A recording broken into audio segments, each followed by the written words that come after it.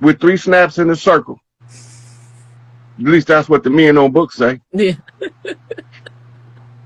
Exactly. And Exactly. and so if he acts in that behavior, he's also got a split personality.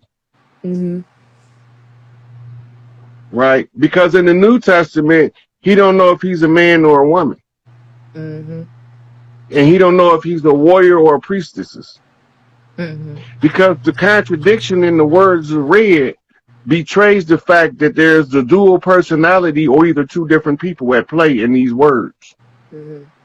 The character alignment is broken in the fact that one wants to kill everybody and take everybody to war, Matthew 10:34, and the other one want to give up their only begotten child to save the world, John 3:16. Right?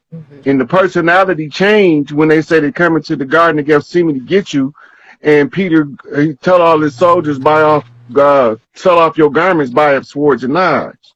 All of a sudden, when they get to the garden, he said, no, don't hurt nobody. Something not right. These 2 different people. It's clearly 2 different people. One of them is kind of scary, and the other one that don't give a fuck. Right. Right. And you know, the part that always tripped me the fuck out is the book of Job. Right? When Satan came to him and said, man, if this really your boy, take all this shit. Well, God set Job up. Right. Set him up. Satan ain't just drive up and say, yo, God, I want to holler at Job. Pull your protection from his bitch ass. Let me see if that nigga got hands. Right. No. It didn't work like that. It was a setup. Like, first of all, technically, Satan ain't listening to you either. That's why the nigga down here. Look what it say. It say, and the sons of God came to prostrate before him, and also Satan came amongst them. And God asked Satan, where comest thou? And Satan say, from roaming to and fro, back and forth, up and down in the earth. And God said, well, since you've been doing all that shit, you ain't thought about my servant Job? He said, have you considered my servant Job? And then Satan was like, well, I did think about busting that nigga upside his head, but I thought you might come down and rush to his defense. Right? So God was like, well, I ain't really worried about it. Job can handle his own. He's a strong motherfucker. He can take it. And the devil's like, nah, for real, God, Job can't take this shit. That nigga gonna be calling you all kind of bitch ass niggas before it's over with, right? God was like, nah, Job gonna stand firm because Job is true blue, solid. The devil like, nah, Job gonna buckle under the pressure. All I gotta do is a little bit of this and a little bit of that, and he gonna be cussing you out, calling you everything but a child of God by the end of the day, right? So God said, well, go have at him. And the devil said, I have at him if you take that protection off of him. So God said, I'll take the protection off of him, but it ain't going to matter because Job a bad motherfucker. He can hold his own. So then the devil went to work on Job as a job. Yep. Yep. Yep. There it is. Look. I said, mama told me, son, don't make deals with the devil. But the truth be told, God ain't no better. Look how he played Job when he set him up. If that was a nigga on the block, we would have wet him up. Now, don't duck when the truth is finally thrown your way and you calling me a sinner for the words that I say. You should stay open-minded while you test the facts. Another artist told you we was under attack. What? You ain't heard of the white man's world? We still worried about our precious little boys and girls. For sure, the world is on the end of it. Well, I forgot what the rest of it is.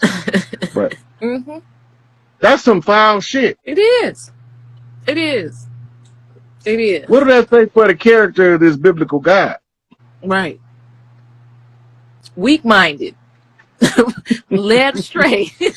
Weak-minded. Easily manipulated. Look, that's some narcissistic shit right there. You know this motherfucker ain't gonna buckle, but you gonna put him under the gun anyway. Right. To the worst motherfucker you could find. Why he ain't get one of his brothers, one of the sons of God, to go test Job? Why he not let the devil come test Job? Right. His arch enemy. Right. The enemy of all enemies. Enemy of make all that enemies. shit make sense. Right. He gonna do Job worse than everybody put together. Yep. I asked my mom, I said, Mama, why God do Job like that? She said, God didn't do that, baby. The devil did. I said, yeah, but God made it happen. Right. And sat there and didn't do shit about it. Didn't do shit about it. You know? And it's To the end, in the end, he came to him. He's like, Job, boy, man, I knew you was a stand-up cat. But God damn, man, if I'd have tapped out if they did that shit to me they did to you, that shit they did to you, I'd have tapped out, dog. But you a bad motherfucker. I got to give you your motherfucking propers right now because you handled that shit. You didn't buckle. You didn't bend. You didn't fold. These motherfuckers that gave you hives and pox around the ass till you couldn't see. You didn't know if your mother, you done lost all your family, your friends, everybody done left you hanging. And then you got these motherfuckers constantly coming in here telling you to curse me out. And you still just sit there and look at them motherfuckers and say, my God is the baddest motherfucker ever born. Job should have shot him right then and there. Should have never let him finish. You said too much. Should have shot him. Shot him Hey, right on the spot. that sounds just like one of these kind artist ass niggas. Right. Hey, good brother. Hey, good sister. Let me holler at you for a minute. Right. Man, why you calling me good brother? What's your agenda? What's your angle, nigga? Right. You trying to soften me up? I ain't never even spoke to your motherfucking ass. Why you trying to soften me up?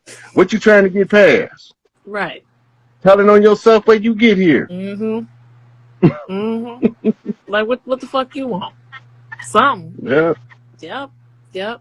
And people got to realize all this is dogma. All of it's dogma. All the texts are dogma. If you, like what you said, if you really study forensic profiling, you would quickly come to the conclusion that all these gods are narcissistic. All of them are narcissistic. So therefore, they could not possibly have the interest of the people in their heart. Correct. It's the opposite. That don't fit. That don't fit with a narcissist. Right. It's the opposite. What God truly is, what I try to tell our people, is oneness. It's all of us together. So even the most foul of us, we can't escape each other.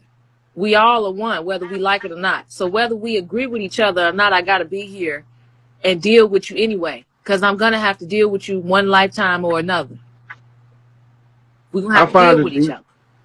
I found that the easiest way was to tell it to myself like this. Everybody got a right to believe whatever they want to believe. Yeah. Even if they're wrong. If they want to hold on to a lie, they got a right to do that. Everybody got a right to feel however they want to feel. Right? Everybody got a right to disagree with me. And I got a right to not give a fuck. Yeah.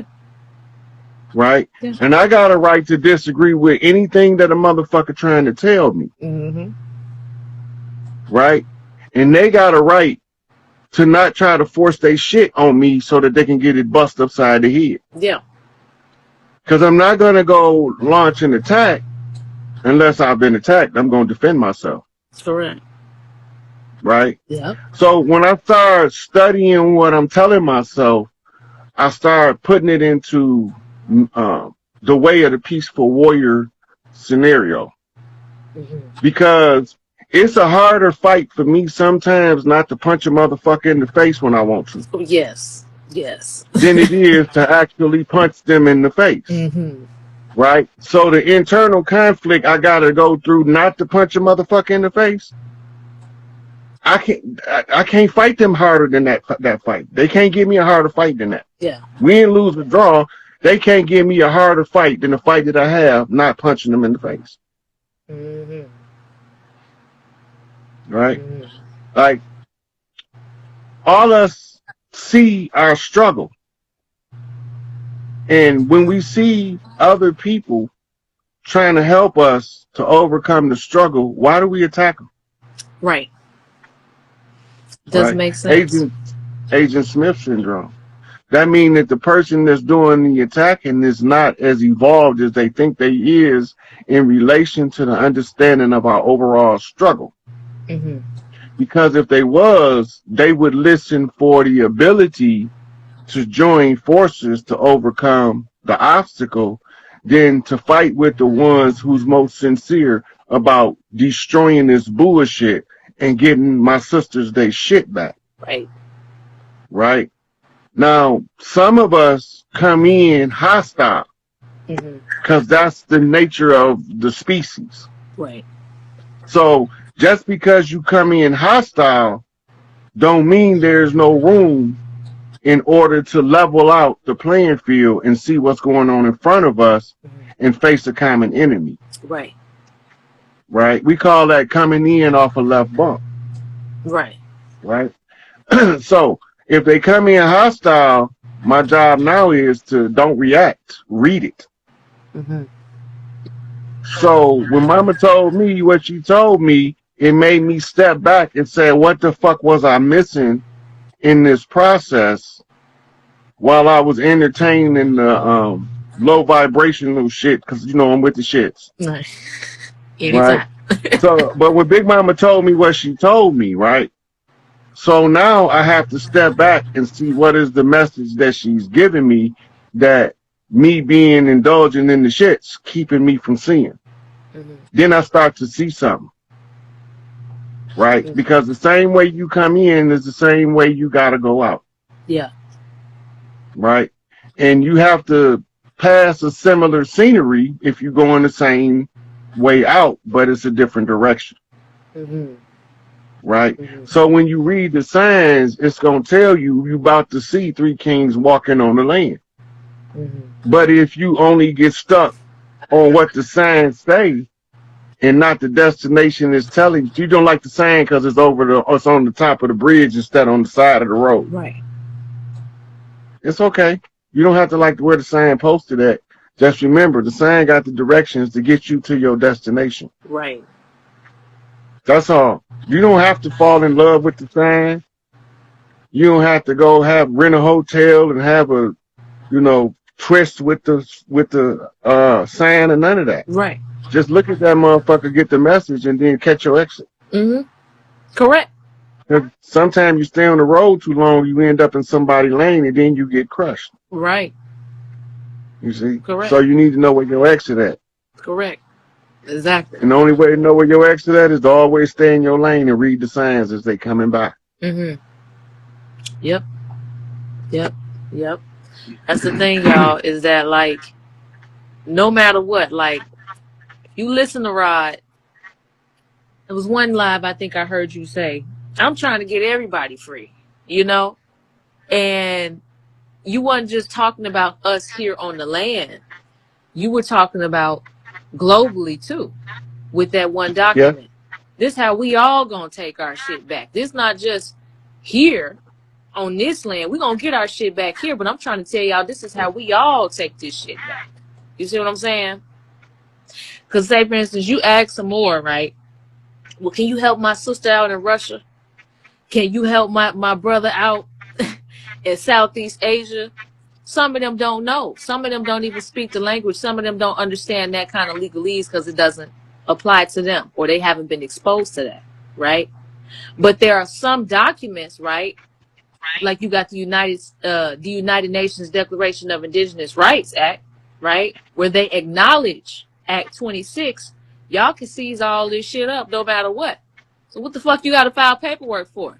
You need to realize who you are and take all this shit back from us. It's like what you said. It's them saying, bye, motherfuckers, we out. Here it is. Yeah, it's the same. See, they didn't have no money to leave the hooker on the table, so all they left was a note. After they got done fucking us for 500 years, that's their goodbye note. Come on, Rod. Come on, man. Is that what they did to us or not? Yes. Treated us like a $5 hoe, fucked us, and then couldn't afford to pay us and left the note on the table. Yep. Well, with that note, under that note was a key to the vault. So let them go. Acknowledge the note. State your claim. Right. And then I'm going to grab this key and I'm going to pop this lock and I'm going to pay every motherfucker who got something coming. Yep. Because that's what I believe in. Give a motherfucker what they owe. You ain't got to give him no extra shit. But if he earned it, that's what he got coming. Right. Absolutely. Right. Absolutely. And don't think for a minute that they didn't count up all of the money they stole from us individually over the years. Everything. And I'm going to show you how to prove it. How do you get Social Security? It has to go by work hours. Yeah.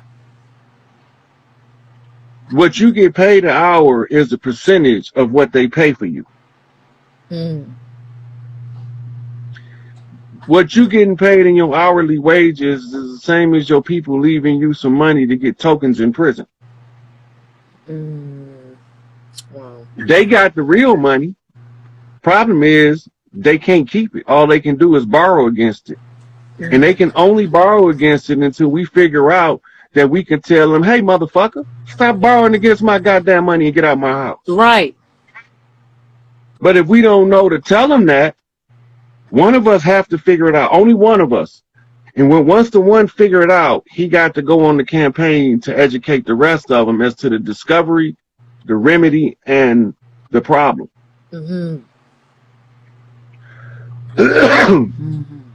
So when you understand what took place, it put you in the position to speak up about the injustice, the wrong that's being done. Because Big Mama say right is right and wrong is wrong. So if you're on the path to righteousness, you're going to speak up about all of the wrong shit. You're going to tell them who the wrongdoer is. You ain't going to cover up for the motherfuckers. You just going to put their ass out there. Yep. You're going to recognize that with that, a lot of motherfuckers not going to like you for it. They not going to appreciate your delivery because you might not say it, or you might add a couple motherfuckers and bitch-made motherfuckers periodically peppered through the whole goddamn lecture. But in the end of the day, political correctness is a goddamn fool when the politics ain't correct. Right. So when you understand what you face with, you blatantly say motherfucker a few times to make sure that you politically incorrect when you deliver the message. That's your way of expressing that the politics that they've been playing by is tricks. They incorrect politics. It don't work for us. Right. And if they not working for us, the only thing I can do is say us can stop these motherfuckers in their tracks. All y'all got to do is become aware of what I already did for us as a collective, and then we join forces and we push that motherfucking information to the surface. Once our people become aware, their awareness is going to trigger a reaction in nature. That's by the laws of nature. Yep. 100 monkey effect. Right? And once we get the critical mass, they can't stop that shit. We gonna get it. It's gonna come. Yep. We gonna figure it out. Oh yeah. We ain't gonna have no choice. We ain't gonna have no choice. Yeah. It's here now. And like I say, people, you know, just read the documents. Just read the shit. What Rod was telling us too is that what's slowing us down is the W-2 and the W-4. People continuing to go to work. People continuing to comply with this system and voluntarily getting robbed because the information is out there. If we all stick together and we like, nah, fuck this shit, we walking off the job, we can get our shit back a lot more easier. And like you say, we are going to have to struggle. This is what this time period was about. We're going to struggle regardless, whether we stay in this system or we don't. Get around it. You can't get around it. You're not going to get around us struggling for a little while. We're not going to be able to get around it. Now, if we stay with them, we're going to continue to keep struggling. But if we go our own way and kick them the fuck out of here, we might struggle for a little minute, but we'll eventually get all our shit back. You know? Yep. Now, as soon as our systems go back online, your first wave of your estate comes in off the cashing in of your Social Security account, which is actually your international indemnity account. Right? So this is going to be the first wave of payments, and this is going to be huge per individual because it's not based on what you get from Social Security. It's based on what you was being traded on the market for. So it's the same as cashing in a stock and becoming a principal holder of the stock. And this is why we say learn how to run a family bank, because there's going to have to be some kind of understanding and training of how to handle wealth. Because remember, we haven't had wealth in fucking a couple hundred years. We've been in warlock. You can't have wealth when you're locked in war. Right? So We've been poor. And so every time, like the lottery years are what you call when they take your pulse. Yep. What happened when most of us win the lottery? We broke in a year, no matter how big the jackpot. Broke in a year. Yep. No matter how big the jackpot, the average one of us that win the lottery is broke in a year. One guy in New York won 40 million, and a year later he was 40 million in debt. That means he spent $80 million in 1 year. How? We have to see, this is what Big Meat's job on the land was. He was to train the young princes on how to not let the money escape you like that, and how to live having the access to the wealth. We had to be retrained. Nature trained Big Meech as a teacher in the community of the young men. So he performed that function, and he got a lot of them. Like, we don't talk about the dudes that called themselves BMF that was getting degrees in the name of Big Meech. We only talk about the ones that caught the drug case with them.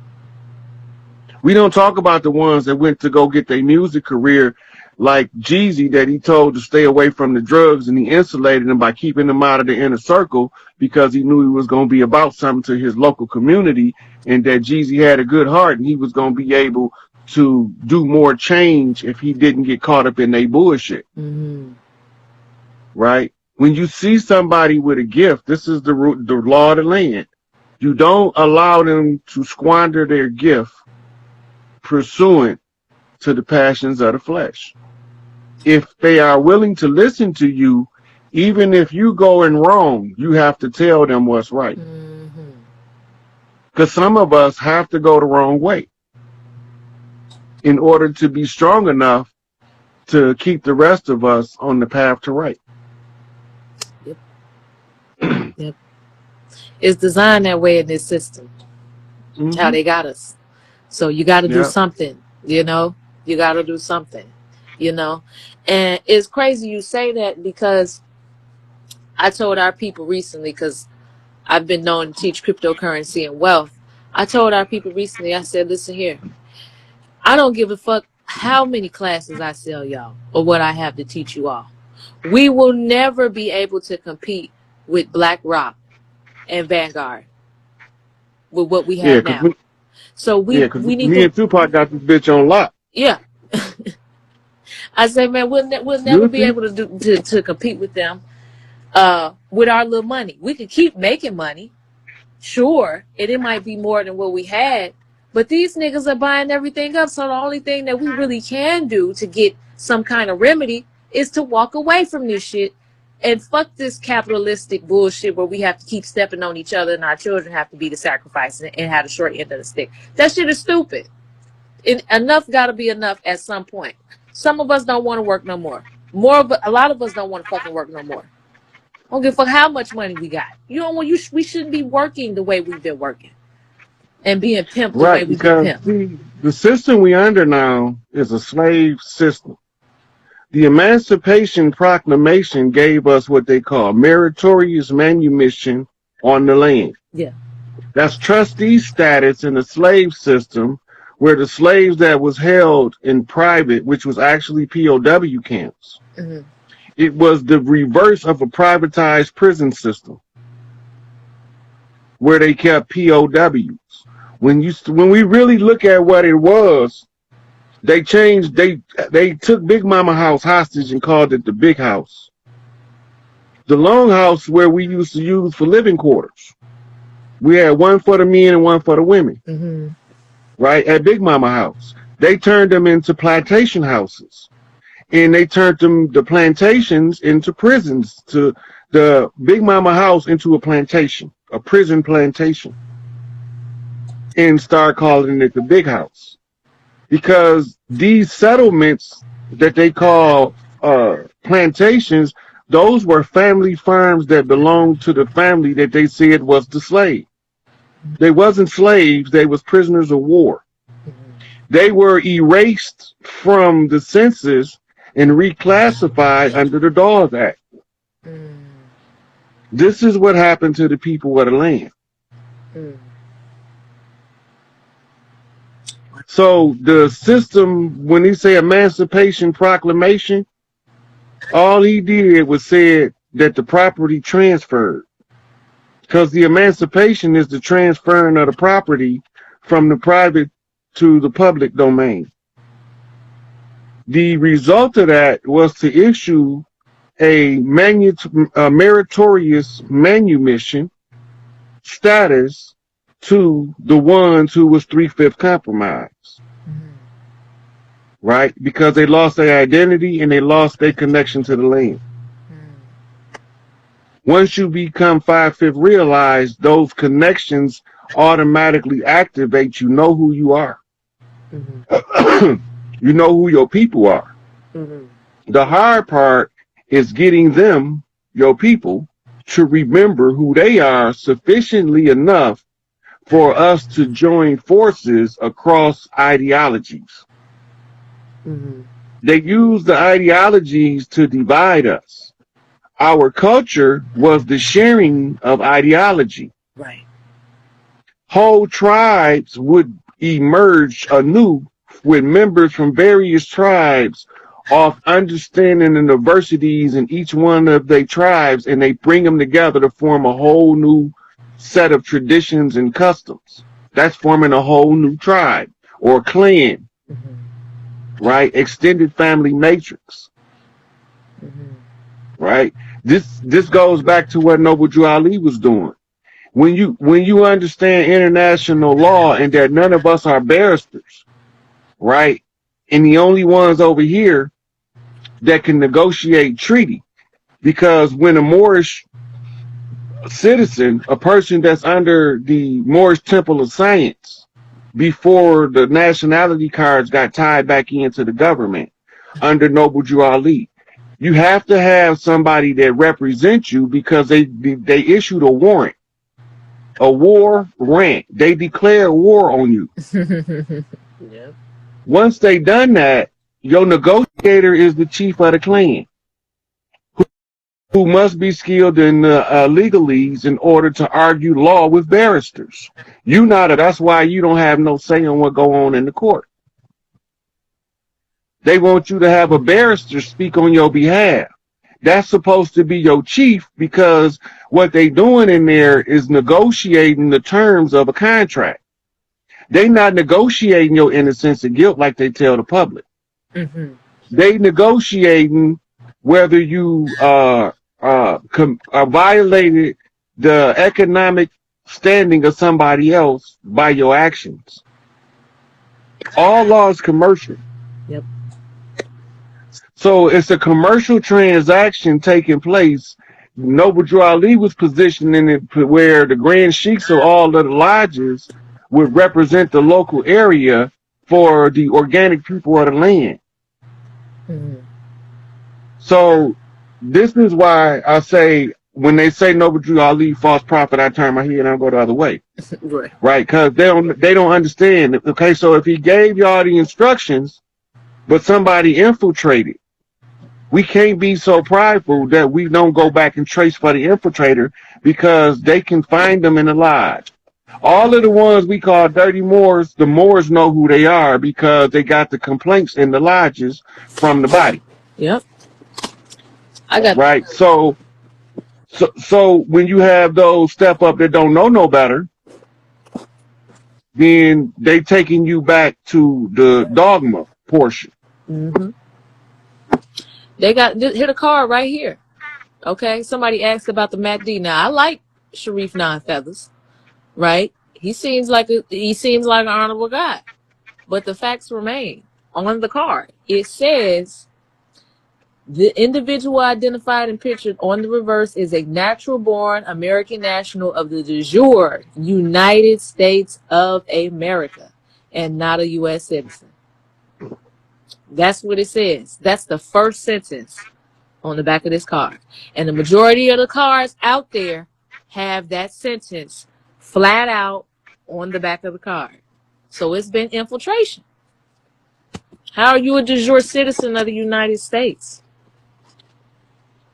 Because it's in order to be a citizen, first of all, to the United States, which is a corporation, you have to be a straw man. Right.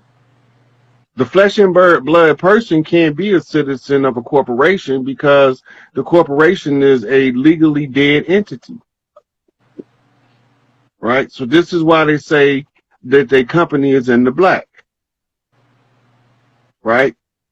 And that means that it's operating as a functionally, legally dead entity. When it's in the red, this motherfucker's coming back to life. It's starting to bottom out. It's not functioning properly as a legally dead entity. Mm-hmm. It's in the red now. Right? So they tell you to watch the market, but it's more than one. Right. We only focus on one. Mm-hmm. Right? But they got an international stock market that's trading our birth certificates as bonds in a slave trading industry on paper. Yeah. Guaranteeing that you're going to work for your 65 years until you're old enough to be broke down, and then they're going to send you out to pasture. Mm-hmm. Right? And if you make it to the 65 years, you done generated billions of dollars off of your labor output that you are totally unaware of. Mm-hmm. Yep. Wow, man. Y'all, we got to do our research, y'all. We got to come together, man. We got to come together. We have to come together. See, I really like to, because like I got so many books around here packed up, but I really like to be like where I can have my books out and I can just start pulling, because while I'm talking, I know what book I need to show the reference, but right now they all packed up, so. Yeah, I feel you.